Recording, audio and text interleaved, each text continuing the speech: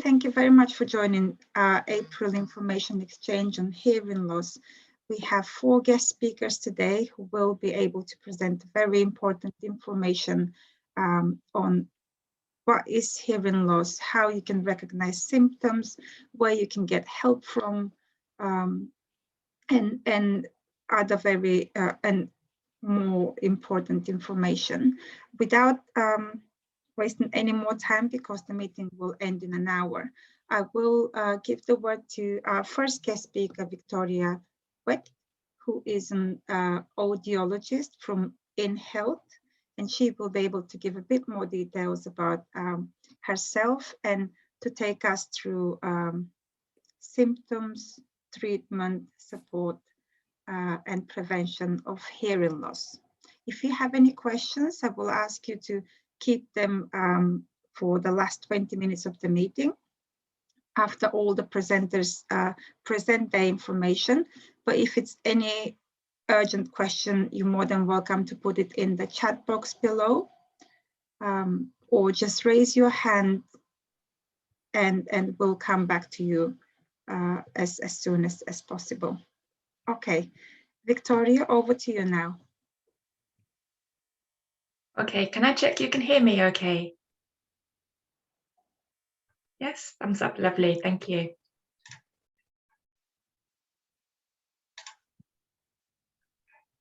So I'm just trying to share my screen.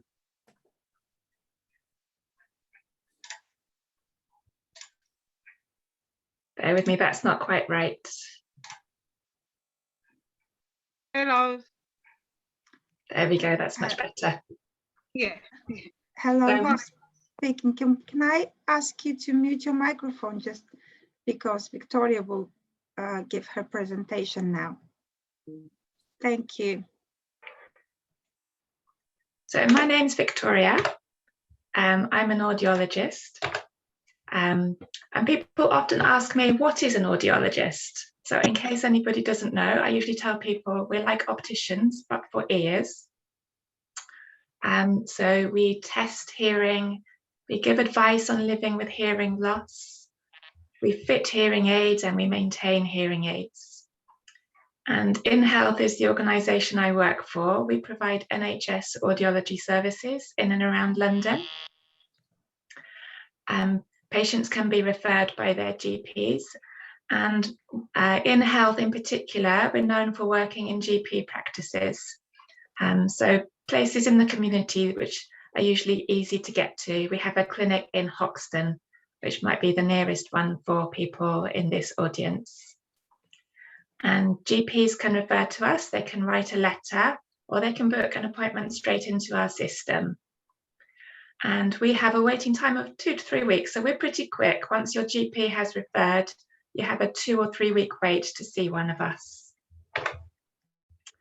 So today I'm going to talk about how you can tell if you have a hearing loss, testing for hearing loss, types of hearing loss you might have, what causes the hearing loss, and what can be done about it. And then I'm hoping to leave a few minutes for questions at the end.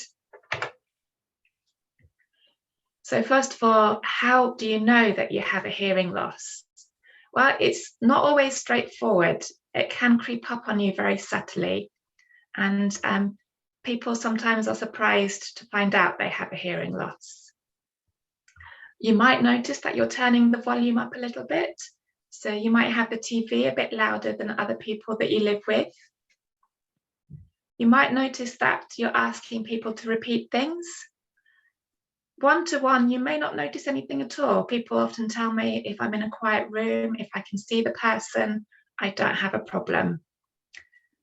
You may find that if the person turns away, you might have been subconsciously lip reading a little bit, and then you might struggle and you might ask them to repeat. You might find that you're having difficulty on the telephone. People very often tell us, when I'm somewhere noisy, it's impossible, it's much harder. So we have a picture here of a restaurant. That's one of the worst situations.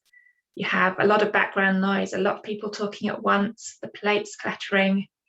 And here you have a very hard floor, so there's a lot of echo and reverberation. That's one of the worst situations.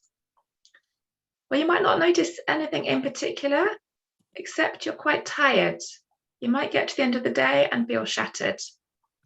And the reason for this is if you have a hearing loss, you're using much more of your brain to hear what people are saying. You're perhaps watching them, you're maybe watching the body language, maybe you're thinking about the context, and your brain is piecing together all these pieces of information, and eventually you just get very tired. There's also quite a lot of research to show that people with hearing loss are more prone to anxiety and depression. I think it's just a very stressful situation to be in. And also there's more and more research now that if you have hearing loss, you're more prone to dementia. The single most important thing you can do to prevent dementia is wear hearing aids. So testing for hearing loss. One of the most accessible ways to get a test is to go to a high street audiologist, somewhere like Specsavers or Boots. They often do free hearing tests, maybe even walk in, maybe without appointments. And that's very accessible. And one of the downsides of doing it this way is if there's anything complicated, they often just stop the test. So often it's just a screening test. And they just say you need to get a proper hearing test. So pros and cons of doing it that way. The NHS does offer free treatment. You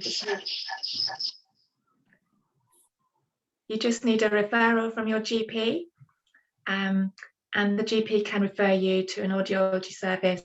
It can be in a hospital, it can be in a high street store, you can get NHS treatment there, or it can be in a service like ours, which is based in GP practices. And one of them isn't better than the other. It's really down to you where you feel most comfortable, what's most accessible for you. And the kind of testing we'll do, we'll put on some headphones for you, and we'll give you a button, just like in this picture. And we play you some sounds, and what we're looking for is the quietest sound that you can hear. We also do some speech testing. So we give you some sounds of people speaking and background noise and see how much of that you can hear. So types of hearing loss, I'm going to do this quite in a sketchy way. If you do have questions, I'm happy to answer. It's just to give an indication of the kinds of things that you might be dealing with. So here we have a picture of an ear, and we have the outer ear that you'll recognise and the ear canal. And then we have the eardrum and the middle ear. And then we have the inner ear. And depending on where the problem is, it will give you a different kind of hearing loss.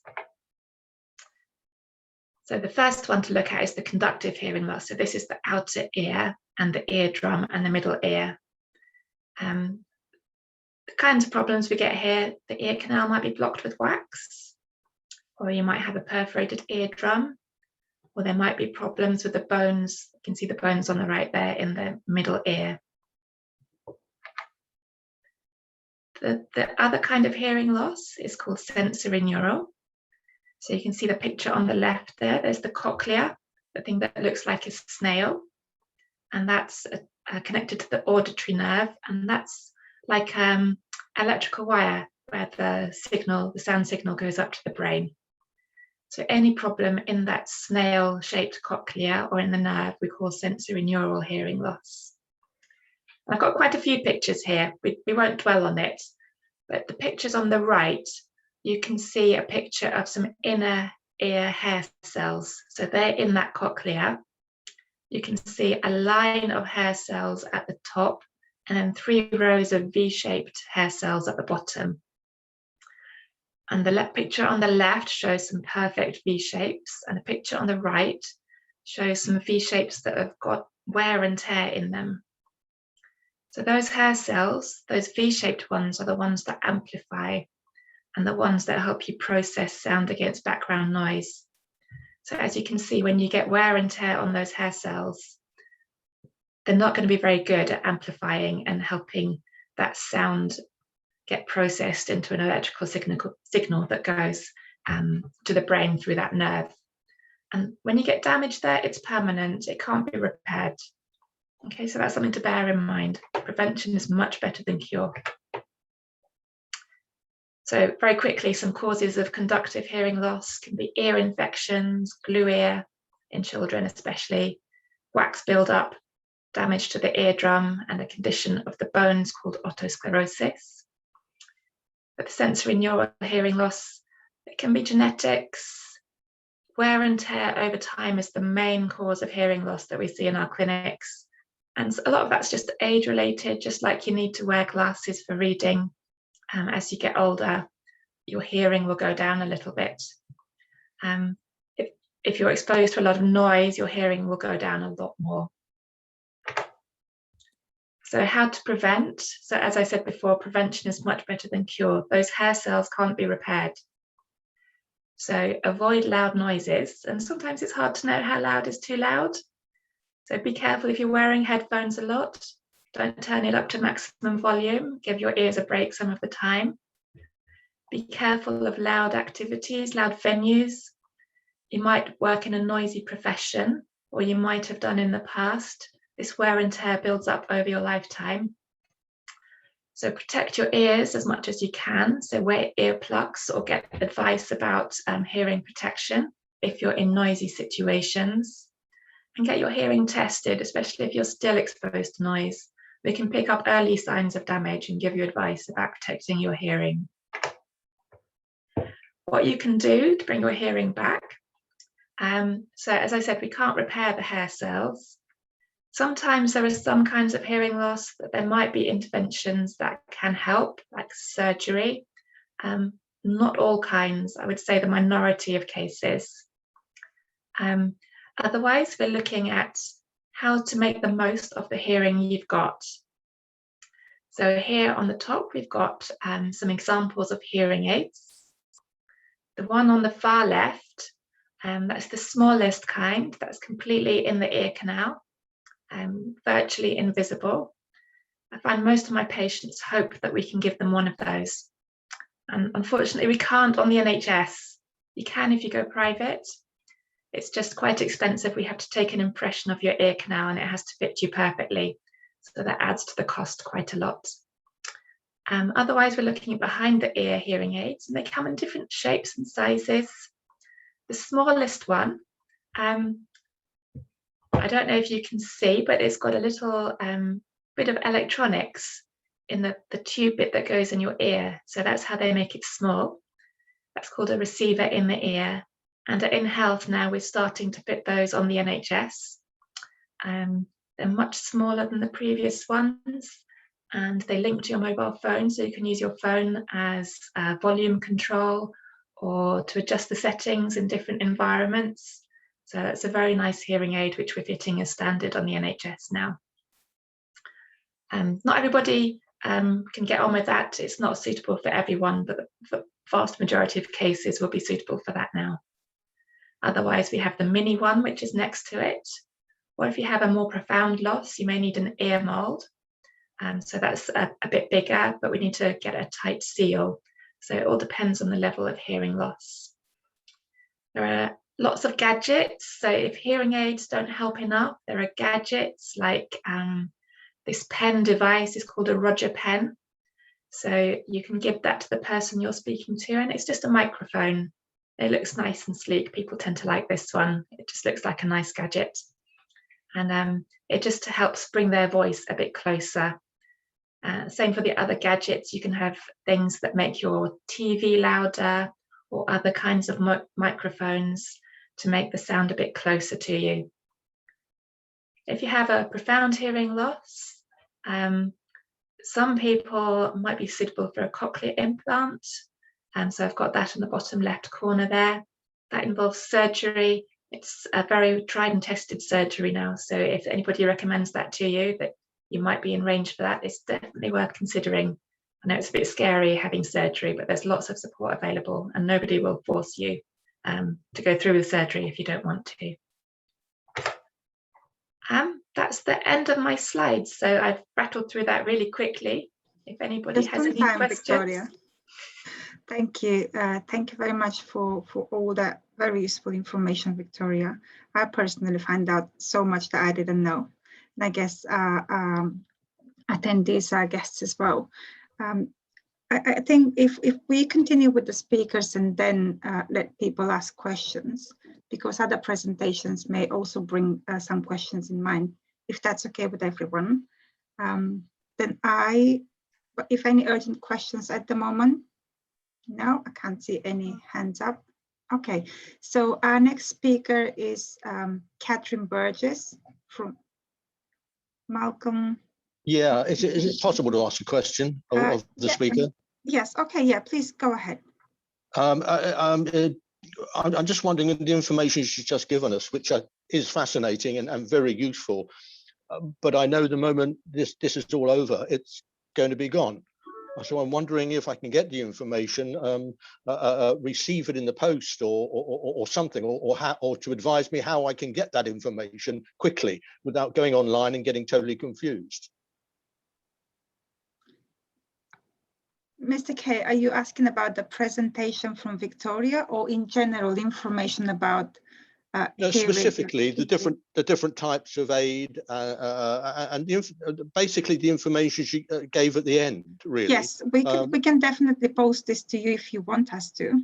Oh, that's great. That's yes, great. Thank then we can get back to you after the end, okay. at the end of the meeting. Tremendous. Yes, or please feel free to send me your contact details in the chat box if you can, in a private message. Either. Okay. Okay, that's okay. We'll sort it out. Thank you. Thank you. Okay. Then our next guest speaker is Katherine Burgess from Hackney Sensory team. Katherine, over to you now. Hi, good afternoon, everybody. Can everyone hear me okay? Yeah, a bit louder will be perfect, but I think as long as the subtitles can catch your speech, I think that will be fine. Okay, so hi, good afternoon. My name's Katherine. I work for the sensory team at Hackney Council. I primarily work with deaf and hard of hearing clients, 18 plus, so I work with the adults. My job is to assess people in their home. So if you're having hearing difficulties, experiencing hearing loss, and you're having trouble becoming independent in the home, then my job would be to come out to assess you and to support you with environmental equipment to enable independence. So for example, if you're having difficulty hearing the front door, the telephone ring, you're having the telly extremely loud, and you even having difficulty hearing the fire alarm, my job would be to support you with equipment that will alert you to these situations. So the equipment that we provide, it alerts you either vibrating or with a flash. So we work in coincide with working with Millbrook, who supply the equipment. They will come out to install the equipment for you, or I can issue equipment myself from the peripheral store. I do actually have a couple of examples here. I have a portable flashing doorbell. This is quite a basic, simple piece of equipment.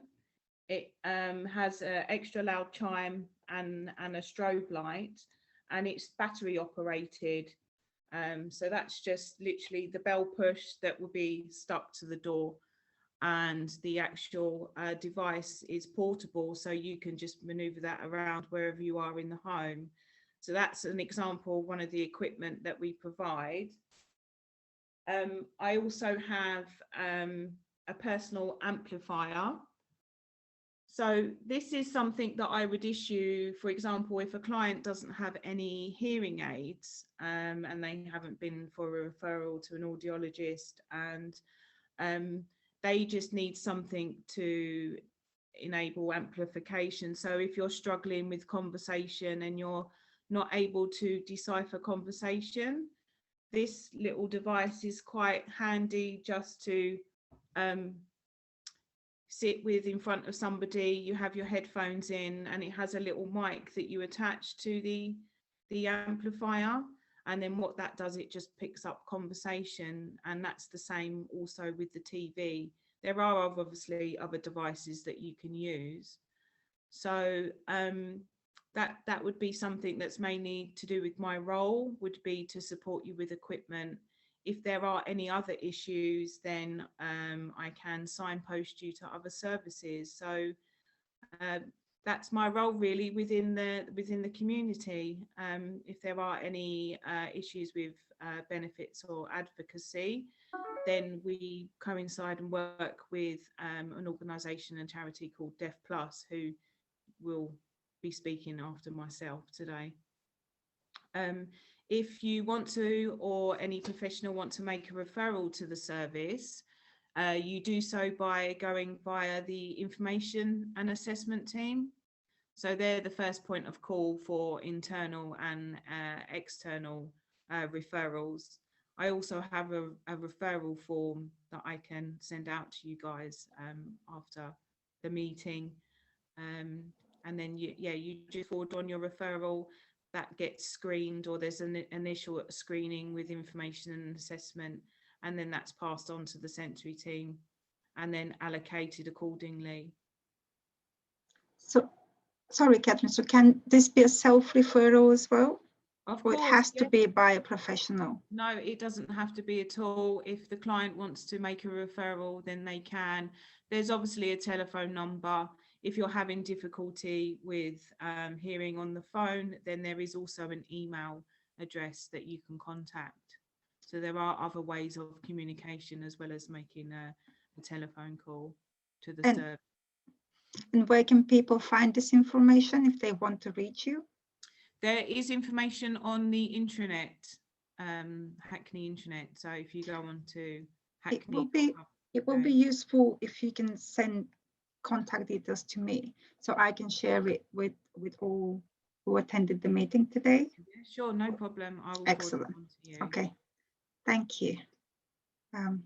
Have your presentation finished, Katherine? Yes, thank you. Yes. Okay, excellent. So we'll continue now with Hazel Sanders from deafPLUS, and she will tell more about the organization and support they provide to people hard of hearing and deaf people as well. With you now, Hazel. Oh, you are on mute.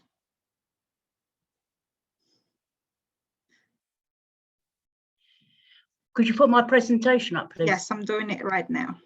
Thanks. Okay.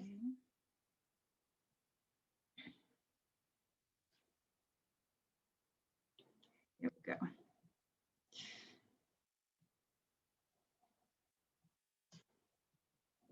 You just tell me when you need me to move on.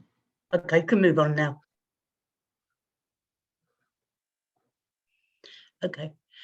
My name's Hazel Saunders and I'm a project manager at deafPLUS.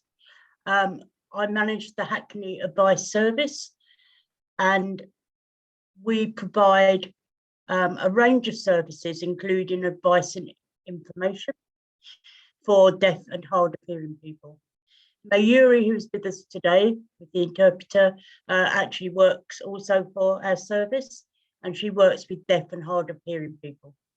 And she's only just started with the organisation, so this is an initial meeting for her.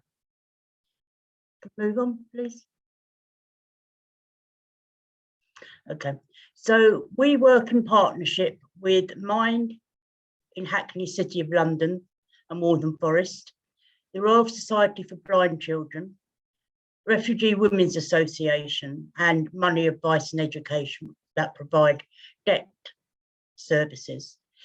We came together really because there's a gap. We found there was a gap in services for people with who were deaf and disabled, but also had other issues around immigration and mental health issues.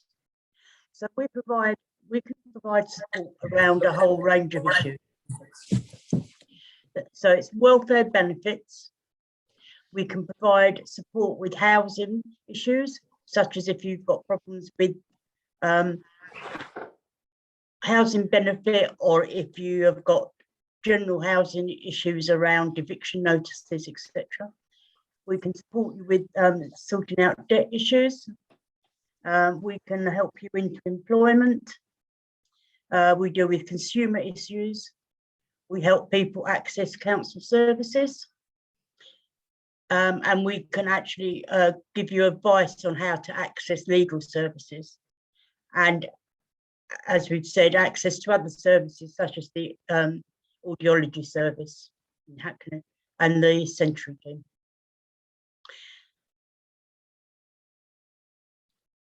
Part of our overall service, not provided by me, but it's actually based in Bromley, but it's London-wide, is we provide lip reading classes for people who are losing their hearing.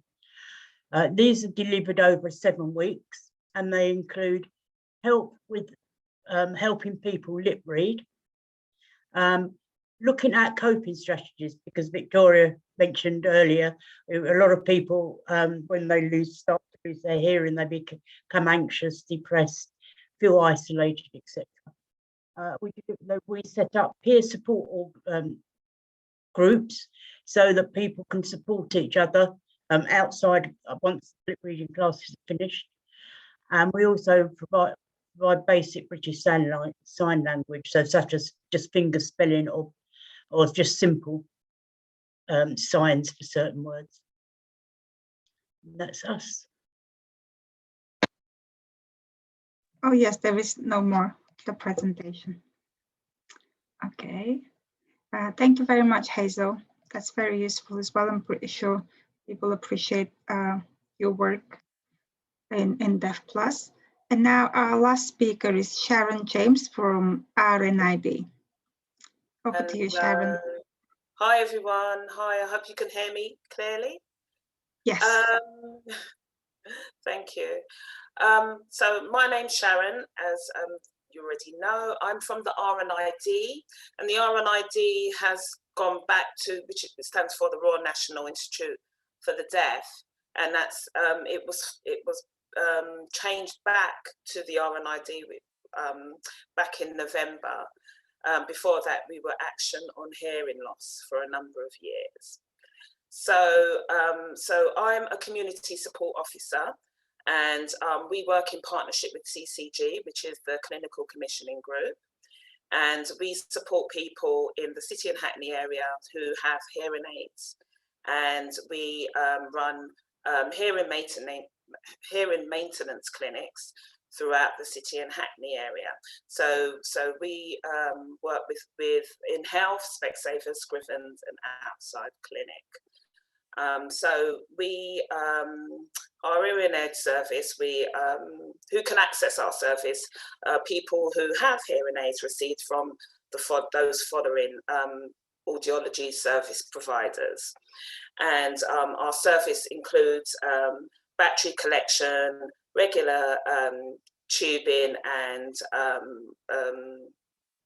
open thick, which is a thinner tubing changing, advice and support, also batteries. I did say that, but also batteries. So, and also advice for people. So some people who receive hearing, say for example, you receive your hearing aids through InHealth.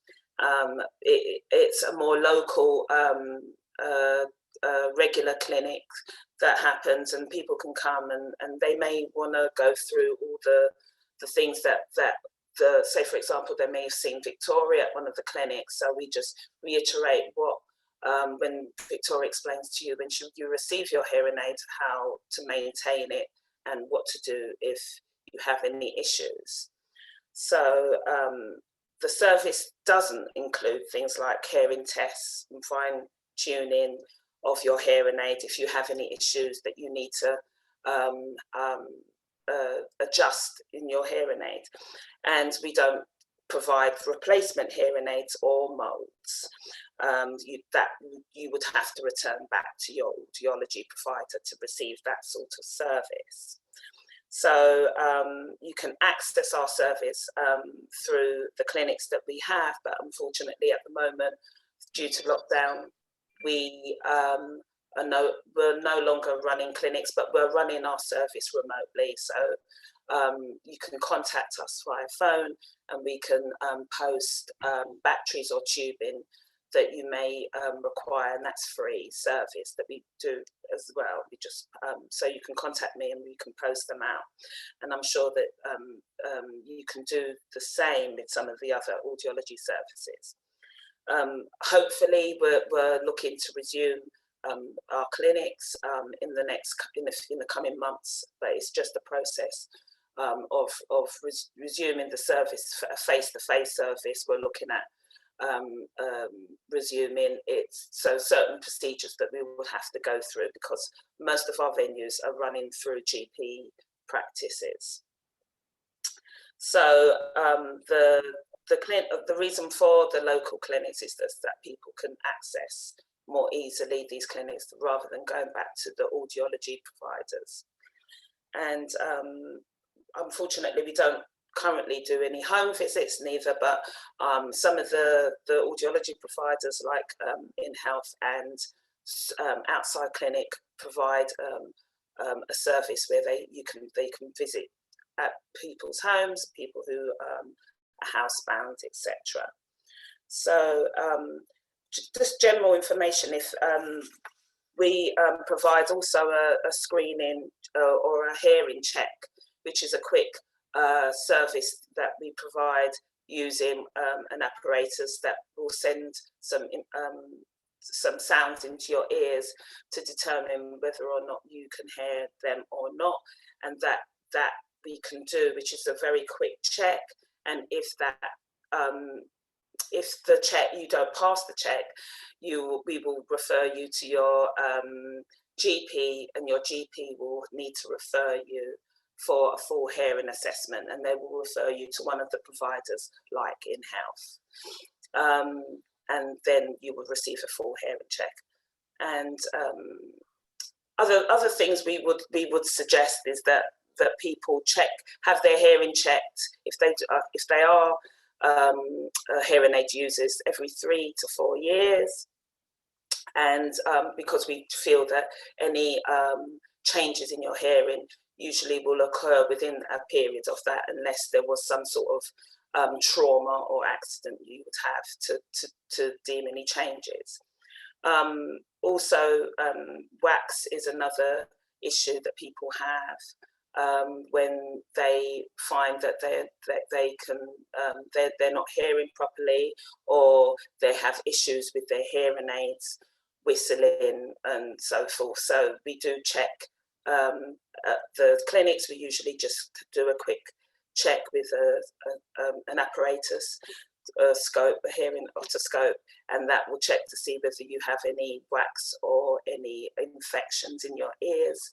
So and then we will refer you, say, to your GP or your practice nurse, who may be able to remove that. And I think, I'm not too sure, I think InHealth offer a wax removal service as well. Victoria can, yeah, she's shaking her head.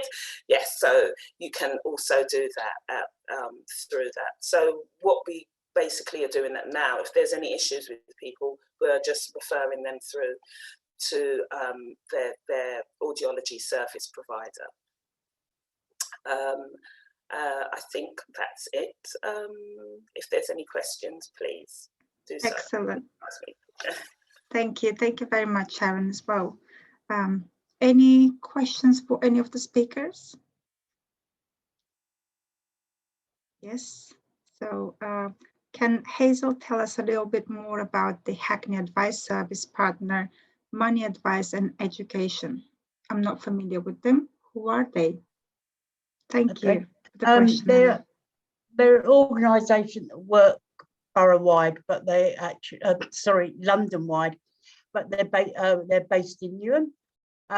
They will do a whole range of debt advice for you. So it can, they will be able to actually work out a plan. They will contact say if it's a credit card company you've got a debt with, they'll contact them. If it's something to do with council tax or housing benefit, and it's a serious issue, they can contact those people on your behalf, and they'll work out a debt plan with you. But they also do sort of some education around debt, and it's about how you actually budget, how you manage your budget, how you can increase your income if necessary if you're on benefits. So but their name is just Money Advice and Education Service. Yeah. Great. Thank you, Hazel. Thank you. Thank you very much, Hazel. Hazel, I'll be in touch with you about a quick update to your entry on my website. Okay. Excellent. And Katherine Perez. Katherine, you have your hand raised up. Yes, a question for Victoria. Victoria, is it possible for people to try a hearing aid? So there might be a choice of different sort of types of hearing aid, or you know, wondering whether to get an NHS one versus paying for one. Is it possible for them to try one out? So when people ask me this kind of question, I usually say, just try an NHS hearing aid. The NHS won't give you very much choices. Maybe they'll let you choose the colour, or maybe the size of the hearing aid, or the kinds of controls, but not very much choice. But it is free. Everything is free. I forgot to mention that in my presentation. There's very few NHS services that are completely free, but audiology is one of them. You know, all the batteries, all the maintenance, all the repairs to the patient is completely free. So I would just say go for it. Just get a hearing test, try the hearing aid. The only thing to be aware of is hearing aids can sound odd to start with. If your hearing has gone down very gradually, we're replacing it very suddenly, and it may sound odd. So the thing to be aware of is you have to try it every day, maybe just half an hour a day to start with, somewhere quiet, but you need to try it every day. And you may think, well, I don't want to wear that NHS one everywhere. I would say just try it first, because if you go private and you get the cosmetically attractive hearing aid that you really want, and you decide, actually, I'm not going to get used to it, then you've lost a lot of money, whereas an NHS one will be free. Yeah, just give it a go. Yeah, thank you, Victoria. I'd like to share a personal story here. I've got some hearing loss, and I went to Specsavers, and they sold me on some in the ear canal hearing aids, and I have to say I did find them a bit uncomfortable, really, to be honest. Anyway, I lost one. And so then I went and got some NHS ones, and to be honest, I find the NHS ones more comfortable and better. For most kinds of hearing loss, the kinds of hearing aids we will dispense, they're behind the ear with the bit that goes in your ear. For the kinds of hearing loss we're most likely to see, usually the wear and tear hearing loss, those give the best sound. We're not selling you, or not prescribing duds, we're prescribing really the best that you need. May not be the looks that you want, but they give you very good results. Yes, I mean, I think that it depends on your hairstyle, if you like, but behind the ear hearing aids actually are very visible if you have hair that covers them. They're getting smaller all the time. I have one if you want to see one. So this is what we're prescribing at the moment. Oh, Paper. So that's a behind the ear hearing aid. You see my finger is kind of covering it. can you bring it a bit closer, Victoria? How's that? Okay, yeah, very small. They are getting tinier and tinier. Very good. They are Thank very you. discreet, and people have found that they are much better sounding than they've ever been, and they improve all the time. So even patients who are very reluctant at first to wear hearing aids, they find that the difference with how they look, and the massive difference in what they can hear is so much more beneficial. So Thank you. Yes, Thank you. I would encourage people to go with the NHS, certainly. Thank you. Shirley, I saw your hand up a minute ago. Did you still have a question, or that was answered to you? Shirley? Yes, thank you. Just to say that, I mean, nobody's mentioned, yes, you say that the NHS is free. What nobody's mentioned is that a single hearing aid privately is likely to cost you a minimum of almost £1,000. And if you have 2 hearing aids, it can cost you £2,000. So there is really a very big difference in terms of going privately. People just need to be aware of that straight off. I mean, you can soon find that out, except that I know somebody who, you know, had quite a lot to do with a private hearing aid people, but they didn't mention the price until it really came down to the last minute, you know. So you just need to be aware that it is horrendously expensive. Thank you. Also, sometimes private hearing people, I suppose, like Specsavers, or there's something called Amplifon, do sometimes offer an initial free hearing test. And sometimes, subsequent to that, they might offer you a free trial of an actual hearing aid as well. But that does vary from company to company, but the cost is huge. Thank you for this, Shirley. So, thanks, Shirley. When we're mentioning Specsaver, all the companies we're mentioning, they're audiology providers from the NHS. So they provide NHS free hearing aids. So when you go to Specsavers, they will have similar hearing aids to what Victoria has as well, and they are free. Their batteries are free, their tubing are free, and they provide a free. They also do have private hearing aids, which they shouldn't. I mean, they're there on offer for people to buy if they want to. But they're not there to push any private hearing aids onto you. It's for them to provide you with the NHS free ones. Thanks for clarifying that, Sharon. I think that's an important point. Thank you. I'd like to add to that, please. Oh, sorry.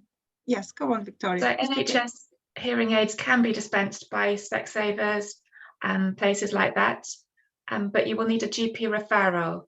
So if you just walk in off the street and ask for a hearing test, you can only go down the private route unless you go back to your GP and get a referral. And if you do get the referral, don't let them give you private hearing aids because you've been referred on the NHS. Yes. Occasionally you hear of an unethical audiologist who will do that. It's very rare, but just to be aware. Thank you. Mr. Gay, very quick question if you can. You are on mute. Oh, you are on mute. Okay. Is that okay? I think it's for Victoria, and it's. I mean, I'm fully aware of that. I'm hard of hearing, and I've had microsuction and after referral, and I've had a hearing test.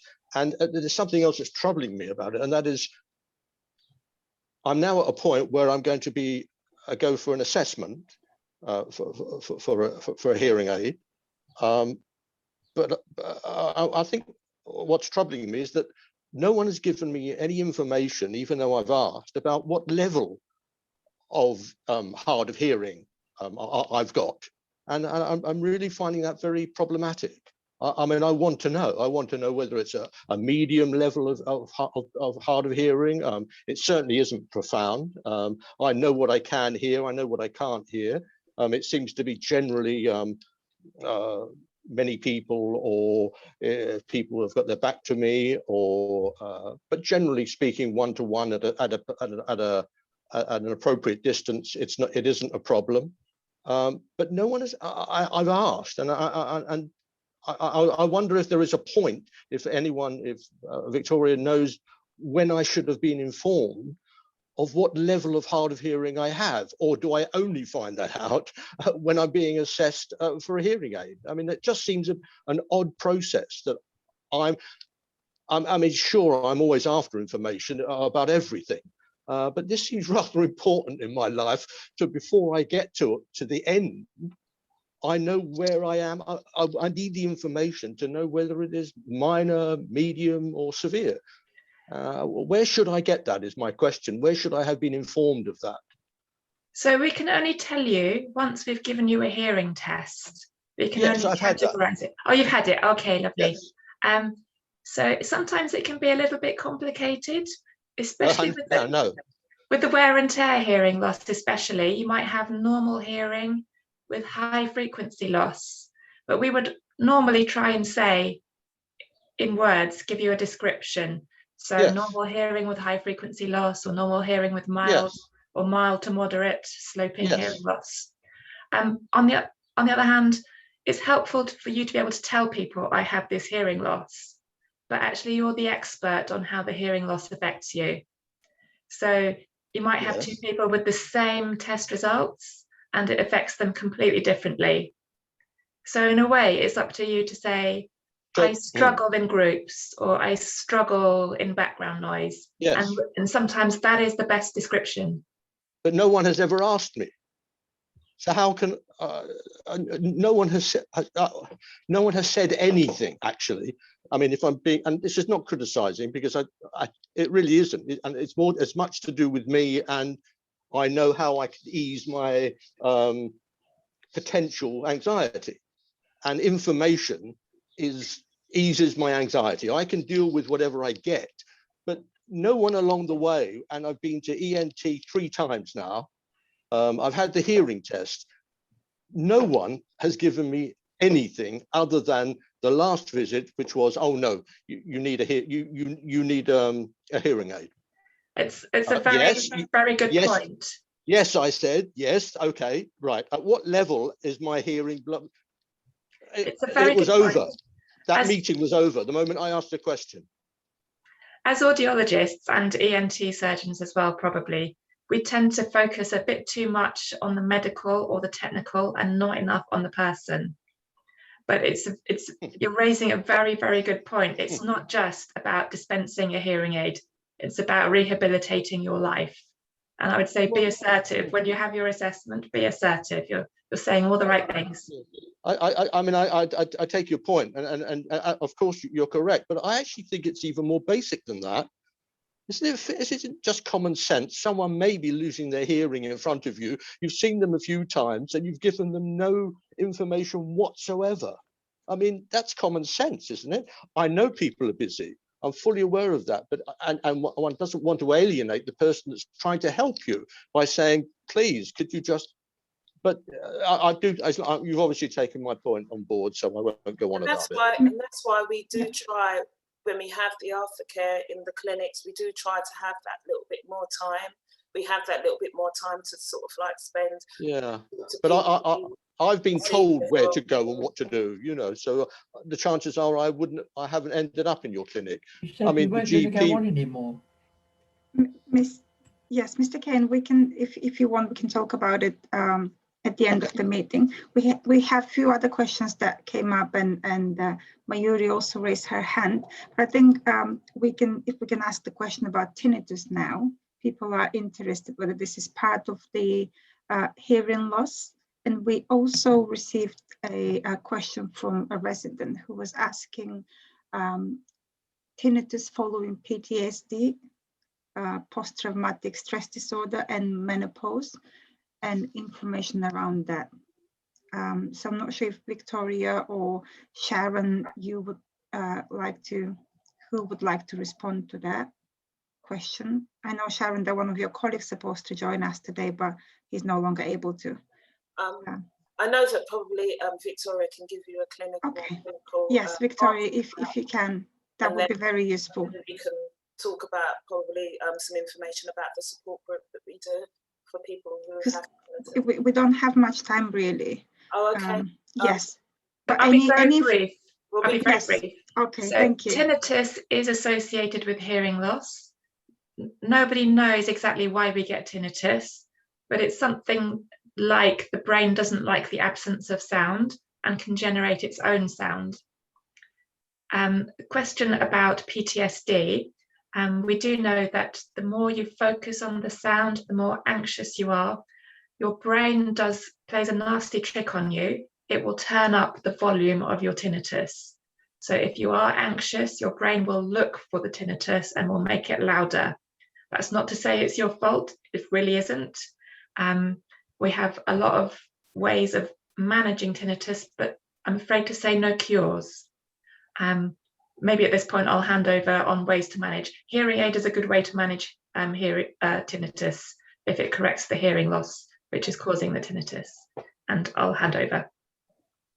Yeah, so we offer a monthly tinnitus support group, which is an online Zoom meeting group, and anyone can access the group. I'll give the information to Karina, and she will pass it on to you.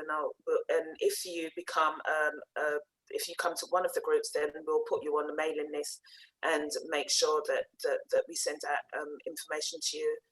And we have different speakers at the group as well, at the groups that we run. We had just had a speaker on mindfulness and ways that we can use mindfulness to manage your tinnitus.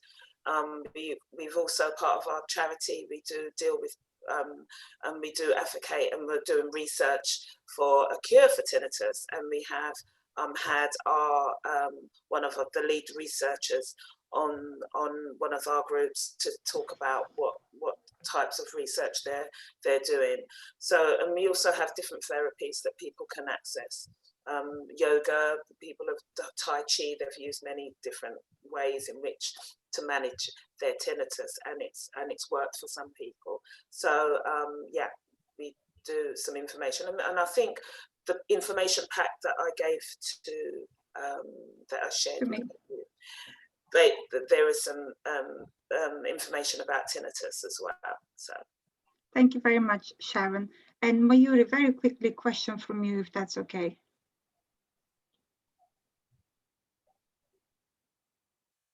Mayuri?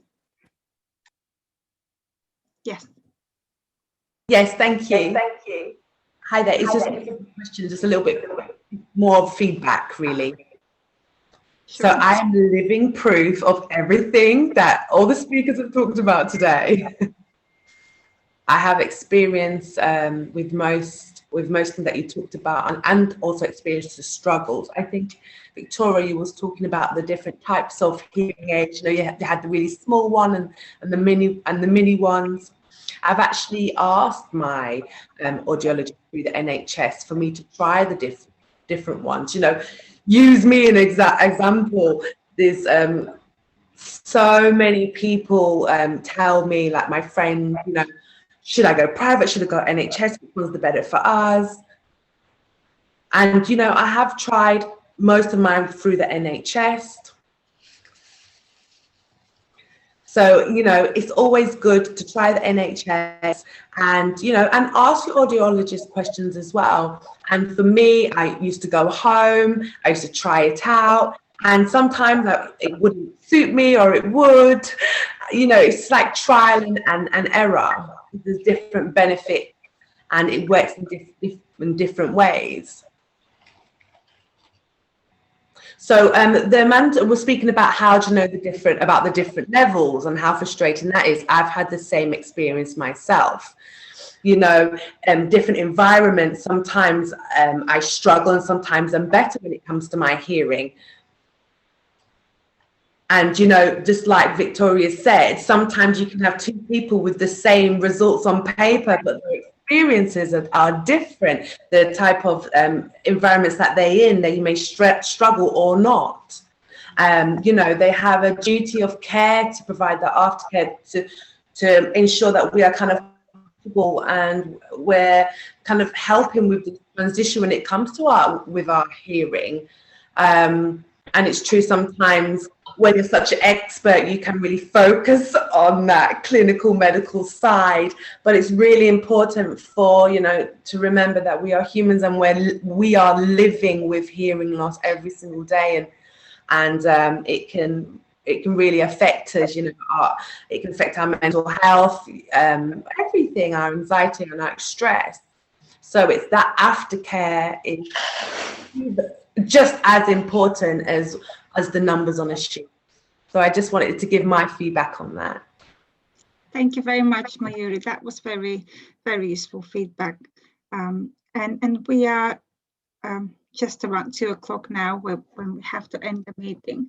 I would like to thank all our speakers for providing such important information, and for everyone who attended the meeting. I hope that was helpful and useful for you. I'm sorry if we didn't have time to get all your questions, but I put my contact details in the chat box in case you have any outstanding, and I'm sure that speakers today wouldn't mind responding to any questions after the end of the meeting, sorry. I will be in touch with you within a week with link to the recordings of the meeting, any additional information that was shared, and hopefully with answers to any questions you have as well. Do you have any questions at the moment, or we will just end the meeting today? No? Okay, then thank you very much again for joining. I hope we'll see you in other, keep an eye on our website to see and to read about future information exchange meetings. They happen at the very Tuesday of each month, and they have different topics each time. We're still planning the next one, but hopefully once this is done, we will share the information with you all. Okay, thank you very much then, and have a good day. Thank you. Thank you. Thank you. Mr.